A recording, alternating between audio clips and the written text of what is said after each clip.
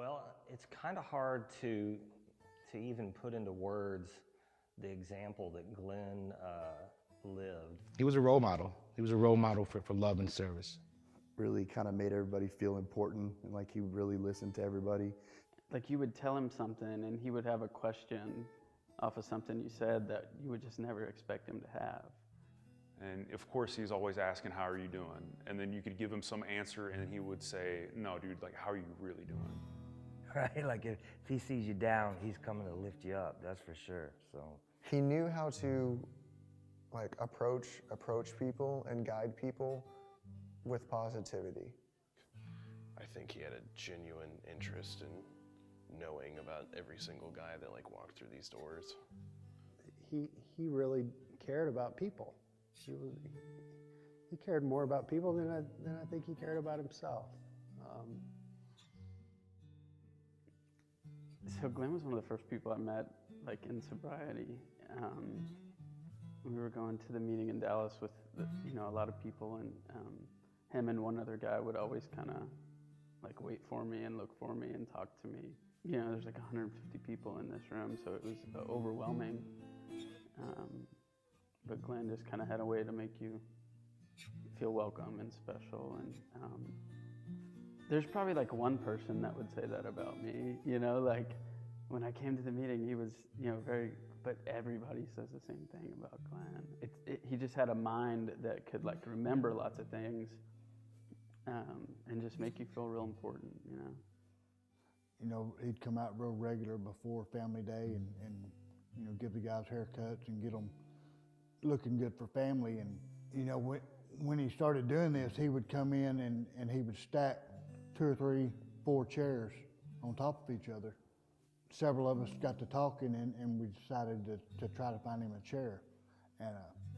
And actually this chair here, my wife ended up finding it. And that was, I think she met him one other time, but it never failed. Every time he saw me, he hugged my neck and asked how she was doing and be sure and, tell her he loved her and appreciated her. And, something that like giving haircuts, at a treatment center sounds kind of simple, but it's like, I remember, coming into treatment after living like an animal, like just straight up dying of alcoholism and addiction. And like that first haircut, you kind of feel human again, you kind of feel like you're coming back to life a little bit, and to have a guy like Glenn to help you do that. And he was just a super awesome guy. We're gonna miss him a whole lot. And I can remember him just from like the moment that I met him, and him just like walking up to me and being like, oh my God, like you're the legend Joby. He would have like this sense of just like making you feel like super important and like super wanted. And again, going back to like, I don't think you can teach that, man. I don't think that you can teach that level of, I'm really not even sure what to call it, man. The things that he did, they make everybody else seem like we're half measuring it, because he went way above and beyond just normal service work. He wasn't just showing up to carry the message, once a month because the sponsor told him to. It had become a part of who he was as a human. He spent the weekend, man. Like he'd be out here at the fire pit making s'mores with the guys and just chopping it up with them, and like never missed an opportunity to just lift somebody up in love and encourage them. And I've never met anybody that I knew 100% was void of self. All right, but if anybody came close, all right, it was Glenn. That's just who he was, man.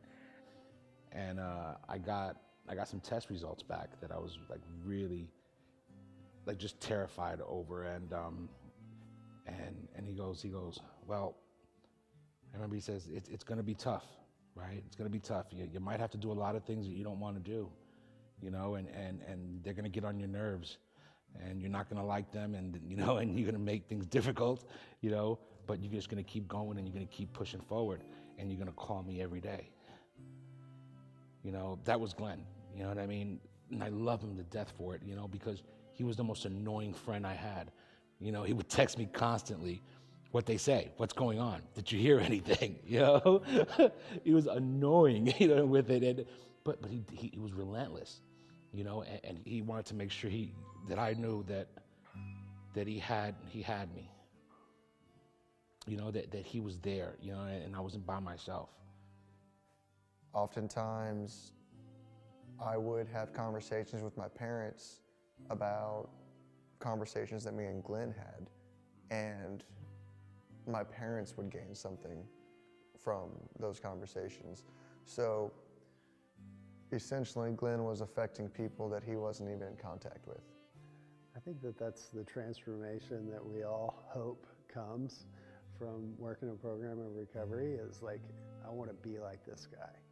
I want my life to transform like his did. I mean, they don't get better than he is. He's a good one. He's a good man.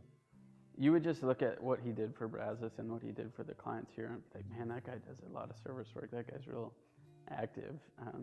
But over the years, I found out how much he did at other places too. Like there's not a lot of people that went through sober living in Dallas over the last 5 or 6 years that don't know Glenn.